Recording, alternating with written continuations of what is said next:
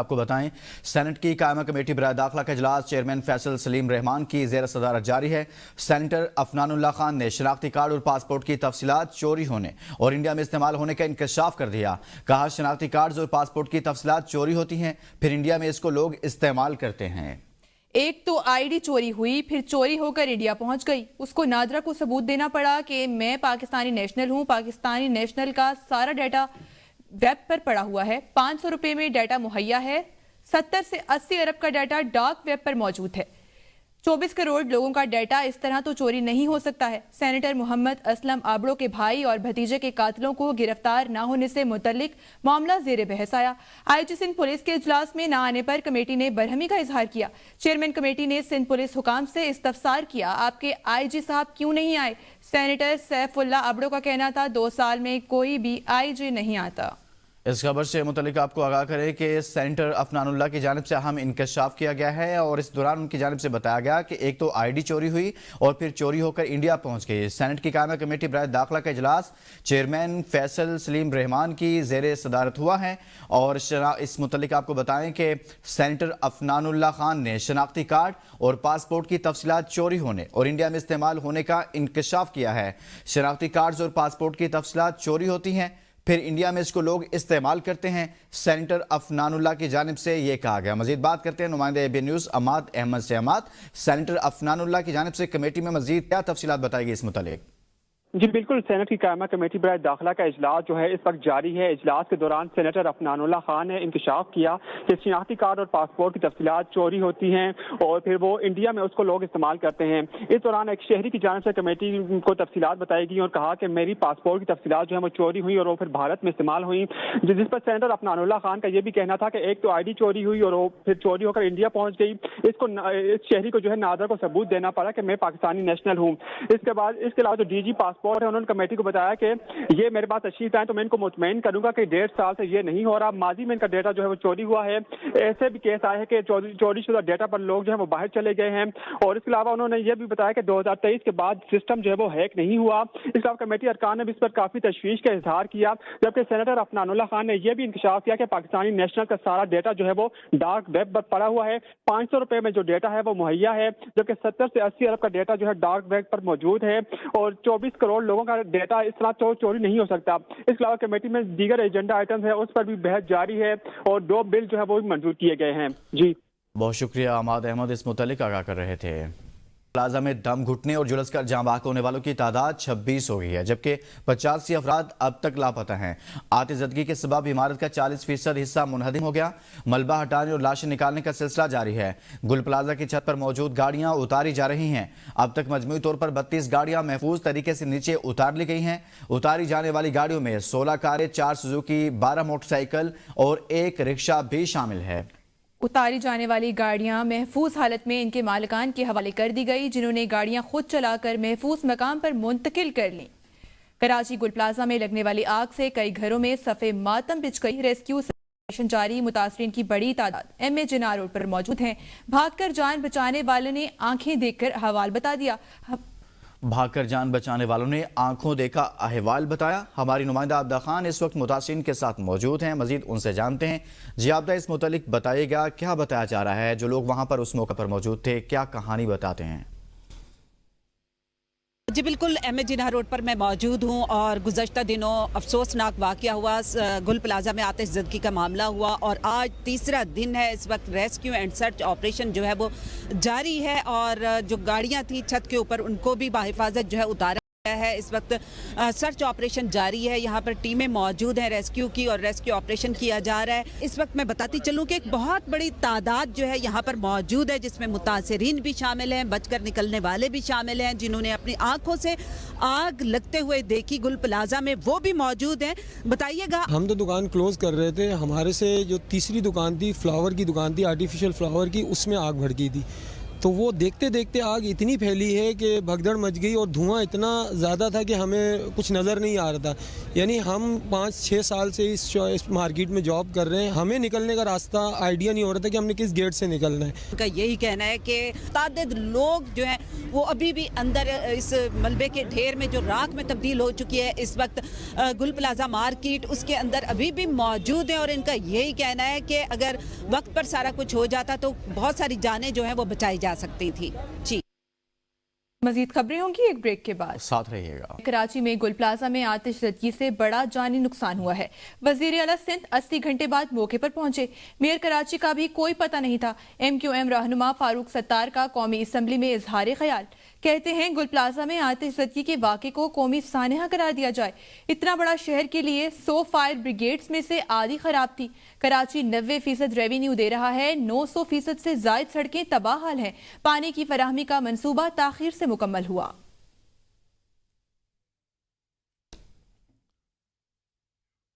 सवाल उठा तो जवाब भी आया। रुकन कौमी असम्बली अब्दुल कादिर पटेल ने सानहा गुल प्लाजा की जिम्मेदारी MQM पर डाल दी। कहा गलती MQM की है, बिल्डिंग इनके दौर में बनी। जमात इस्लामी और MQM ने 35 साल में कराची को इस हाल तक पहुंचाया।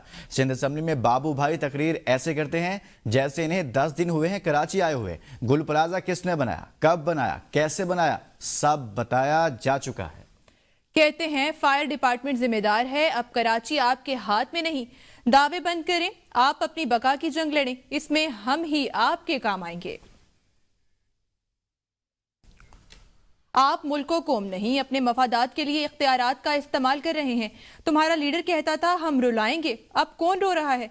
वजीर दफा ख्वाजा आसिफ का कौमी असम्बली में इजहार ख्याल, कहा कराची में आतिशज़दगी का वाक़या रोनुमा हुआ। पहले डंपर्स लोगों की जानें ले रहे थे। 18वीं तरमीम एक ढकोसला साबित हुआ है।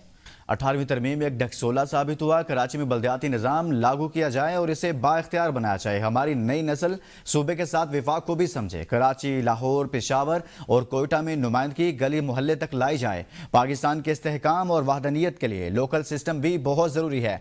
आग बुझाने का सिस्टम ना होना इस बात की निशानदही करता है कि इक़्तिदार निचली सतह पर लागू किया जाए, इसलिए तरमीम की जाए। लावा पक रहा है, ये फटा तो बहुत नुकसान होगा।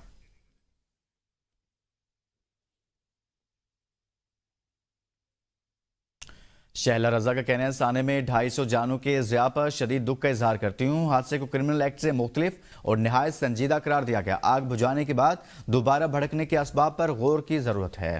मंसूबा 1979 में मंजूर हुआ। बेसमेंट में 174 दुकानें, ग्राउंड फ्लोर पर 5 फूड शॉप्स थी। गुल प्लाजा में मजमूई तौर पर दुकानों की तादाद 621 थी। गुल प्लाजा की आग संजीदा मसला है। आग लगती है तो तरक्की याफ्ता ममालिक में भी अमलाक को नुकसान पहुंचता है। क्या वजह है? केमिकल के बावजूद आग फौरी नहीं बुझ सकी। फायर टेंडर्स ने फौरी रिस्पॉन्स किया। पानी की कमी पूरी करने के लिए 150 वाटर टैंकर भेजे गए। दहशतगर्दी मुल्क की तरक्की और खुशहाली पर शदीद हमला है। आज खैबर पख्तूनख्वा समेत पूरे मुल्क में दहशतगर्दी दोबारा फैल रही है। 2018 के बाद दहशतगर्दी ने दोबारा सर क्यों उठाया, ये बहुत तल्ख सवाल है। वजीर आजम शहबाज शरीफ का कौमी सिक्योरिटी वर्कशॉप के शुरा से खिताब। उन्होंने कहा सवात से सैकड़ों दहशतगर्दों को रिहा किया गया। अफगानिस्तान से हजारों अफराद को वापस आने की इजाजत दी गई। यही वो बुनियादी वजूहात हैं जिनसे दहशतगर्दी ने दोबारा जन्म लिया। मसाइल के हल के लिए वज़ीर आला खैबर पख्तूनख्वा को मिलकर चलने की दावत दी। उन्होंने शुक्रिया अदा किया, फिर कभी राब्ता नहीं किया। शुहदा को बदनाम करने की मुनज़्ज़म और नापाक कोशिशें की जा रही हैं। फील्ड मार्शल सैयद आसिम मुनीर ने नेशनल पुलिस एकेडमी इस्लामाबाद का दौरा किया और पुलिस सर्विस ऑफ पाकिस्तान के अफसरान से मुलाकात की। वफाकी वज़ीर दाखिला और वज़ीर मुमलिकत बराए दाखिला भी दौरे के मौका पर मौजूद थे। आमद पर कमांडेंट नेशनल पुलिस एकेडमी ने इस्तकबाल किया और पुलिस के चाकू चुबंद दस्ते ने गार्ड ऑफ ऑनर पेश किया। फील्ड मार्शल ने पुलिस शोहदा की यादगार पर फूल चढ़ाए और फर्ज की राह में जाने कुर्बान करने वालों को खराज अकीदत पेश किया। फील्ड मार्शल ने कहा कानून का नफाज मकसद जिम्मेदारी है और मुसल्लह अफवाज पुलिस के शाना बशाना खड़ी हैं। पुलिस की आदत ने पेशावराना मेयार और इस्लाहात को मजीद मजबूत बनाने के अज़्म का इयादा किया। हुकूमत ने अपोजिशन को एक बार फिर मुज़ाकरात की दावत दे दी। सेनेट में कायदे ऐवान राना सनाउल्लाह ने कहा है कि अपोजिशन को मुज़ाकरात की बार बार दावत दी। आज भी हुकूमत की अपोजिशन को मुज़ाकरात की ऑफर मौजूद है। ये जब चाहें जिस तरह से चाहें हमारे साथ मिल बैठकर मामला तय करें। हम माजी में भी तल्खियों को कम करने के लिए किरदार अदा कर चुके हैं। अभी आपको सिंध असम्बली लिए चलें कि वज़ीर इत्तलात सिंध असम्बली में इज़हार ख्याल कर रहे हैं। खुद इस चीज़ को हमेशा कैबिनेट मीटिंग में सपोर्ट करता हुआ रहा हूं कि जी हमेशा हम ईवी गाड़ी की तरफ जाएं कि ताकि हमारा जो ईंधन का जो खर्चा है सर प्रैक्टिकली जब असेंबली में सब आते हैं ना बैठकर ये सिर्फ यहाँ पे मतलब ठीक है संजीदगी जब बात हो अच्छी बात है। मैं कहता हूँ इस पे आप कभी 2-4 घंटे की बहस करवाएं। ये बहुत इंपॉर्टेंट टॉपिक है। हम पहले ये असेस करें कि हम लोग पेट्रोल की मद में हुकूमतें साल में कितना खर्चा करती हैं। पेट्रोल और डीजल की मद में सरकारी जो होता है हमारा वो कितना खर्चा होता है, फिर हम जरा सरकारी दफ्तरों में जनरेटर भी होते हैं उस पर कितना खर्चा होता है, तो पहले इसकी कैलकुलेशन हो। और कामयाब कौमें वो होती हैं वो जो ऐसी प्रैक्टिकल पॉलिसियां बनाएं जिससे आप अखराजात की कमी कर सकें।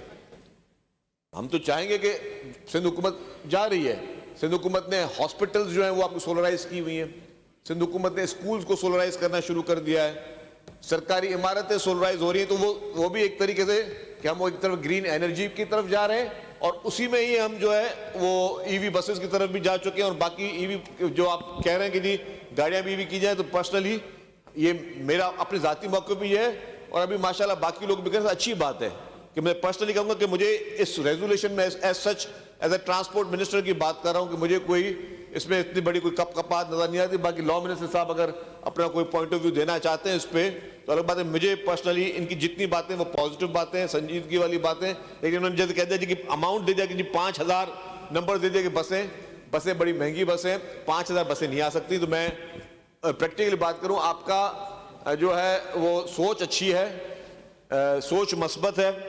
5000 बसें डायरेक्ट ईवी लाने में टाइम लगेगा, वक्त लगेगा, क्योंकि ये एक तो टेक्नोलॉजी भी बहुत महंगी है और इसके अखराजात भी ज़्यादा हैं। और फिर उसका इंफ्रास्ट्रक्चर की बात है कि जहाँ ईवी लगानी है तो वहाँ पे आपका इंफ्रास्ट्रक्चर भी जो है वो इस तरह होना चाहिए जिसको आप उसको चार्ज कैसे करेंगे और फिर बैटरी की लाइफ आने। और आजकल बैटरियाँ सस्ती भी होना शुरू हो गई हैं। बैटरी अब 12-12 साल की भी गारंटी मिल रही है, पहले 8 साल की बैटरी गारंटी मिलती। तो ये पूरा एक लंबा चैप्टर है, लेकिन मैं आपके सोच को सपोर्ट करता हूँ। Thank you sir. मेरे ख्याल से स्टेटमेंट मिनिस्टर साहब ने दे दिया, वो रेजोल्यूशन को सपोर्ट कर रहे हैं। बोला कि जो इन्होंने 5000 नंबर लिखा है ना इसको अमेंड कर लें, बाकी इसको हम पास कर वो देते हैं। आपका स्टेटमेंट आ गया ना, आपने उसमें कह दिया कि आप उस नंबर को सपोर्ट नहीं कर रहे, जितना पॉसिबल होगा। जी बिल्कुल प्रैक्टिकली पॉसिबल नहीं। खबरों का सिलसिला आगे बढ़ाएंगे और अब आपको बताएं कि पीटीआई की पॉलिसियों और सूबाई हुकूमत की नालायकी की वजह से खैबर पख्तूनख्वा जल रहा है।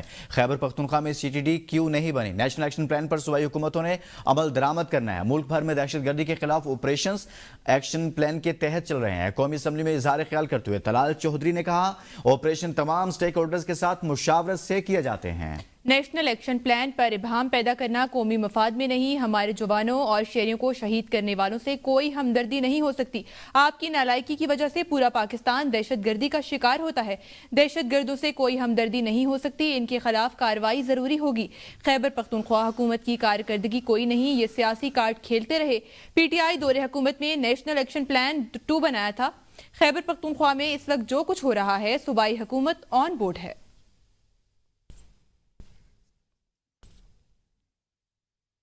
हम दहशतगर्दी का खात्मा चाहते हैं।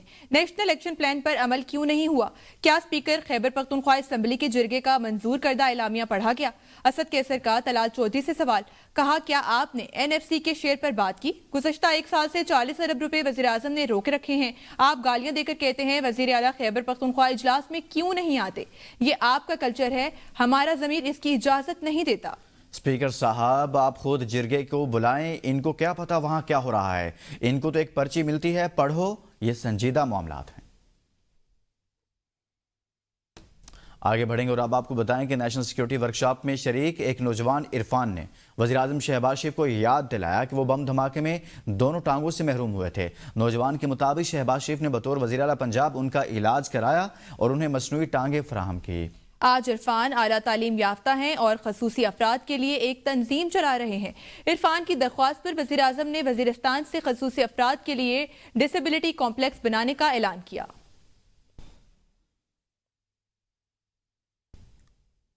सेनेट की कायमा कमेटी बराए इंसानी हकूक का इजलास सेनेटर खलील ताहिर की सदारत में हुआ। सेनेटर मसरूर अहसन ने कहा कि आम लोगों को दस्तूर भी नहीं पता, आप लोगों ने इस आम लोगों के लिए क्या काम किया है।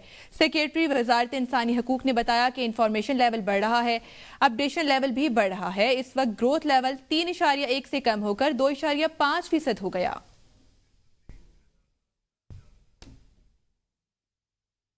एक बार फिर आपको सिंध असम्बली लिए चलेंगे। वज़ीर दाखिला सिंध ज़ियाउल हसन लंजार इजहार ख्याल कर रहे हैं कि मैं आपसे सिर्फ सिंपल कह रहा हूं, are you going to oppose it और सपोर्ट इट? क्योंकि आज प्राइवेट मेंबर डे है, तो रेजोल्यूशन को आपने या अपोज करना है या सपोर्ट करना है। या तो उन्हें आप रिक्वेस्ट करें, प्रेस ना करें, या तो इसको ये अमेंड करें इस कंडीशन में कि 5000 इलेक्ट्रिक बसेस ये लेकर आए, उस सपोर्ट नहीं होगी। तो वो तो मिनिस्टर साहब का स्टेटमेंट आ गया ना, वो तो उन्होंने स्टेटमेंट दे दिया। लेकिन इट इज डिबेटेबल। अच्छा देखें सजाद साहब, एक मिनट, पार्लियामेंट्री मिनिस्टर आपको मैं बिल्कुल टाइम दूंगा, आप बैठें, प्लीज बैठें, लेट देम डिसाइड। जी मिनिस्टर साहब। मैं इसको sir as a parliamentary minister oppose करूंगा। आप अपोज कर रहे हैं? जी, इस कंडीशन में जिस तरह इन्होंने ये रेजोल्यूशन लाए हैं, इसको या तो मॉडिफाई करें जी, इसको प्रॉपर करके लेकर आएं, ताकि जैसे हमारे मिनिस्टर साहब ने इसको सपोर्ट करें, उस मॉडिफिकेशन। अगर हम मिनिस्टर देखें, आप मिनिस्टर साहब ने, ट्रांसपोर्ट मिनिस्टर साहब ने स्टेटमेंट दी, आपकी स्टेटमेंट आ गई, तो अगर मैं ऑनरेबल मेंबर साहब को आप ये रिक्वेस्ट करें कि वो नेक्स्ट प्राइवेट मेंबर डे पे इसको अमेंड करके रेजोल्यूशन ले आए, प्रॉपर रेजोल्यूशन लें।